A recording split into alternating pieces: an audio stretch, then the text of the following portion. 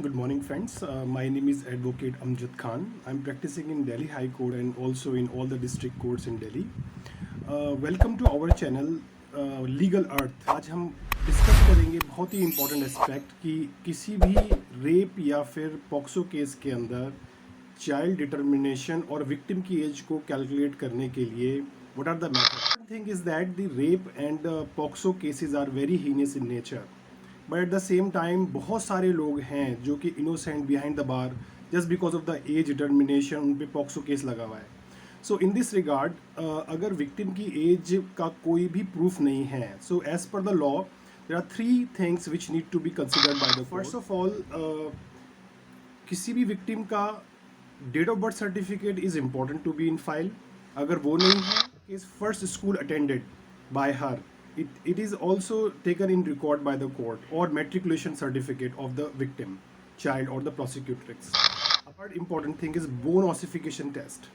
This bone ossification does not mean that the only one doctor will do that. There will be the constitution of 3 medical officers and the board will be defined.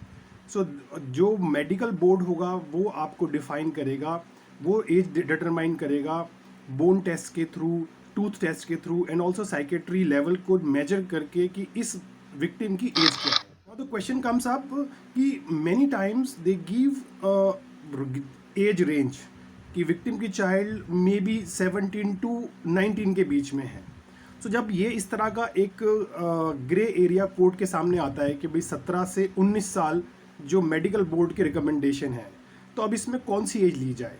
So the principle of error of margin के हिसाब से 2 साल का जो principle of error of margin है, there should be 2 years either side. So इस problem को sort out करने के लिए the honourable Delhi high court has given a wonderful judgment 2018 passed by justice Sanjeev Sachdeva in the criminal revision petition 195/2018 in the case titled Shweta Gulati and others versus the state of NCT of Delhi. In this, the court has defined if the age of the victim is given by the medical board 17 to 19, in that case the benefit has to be given towards the accused and the age has to be considered 19 years in that regard.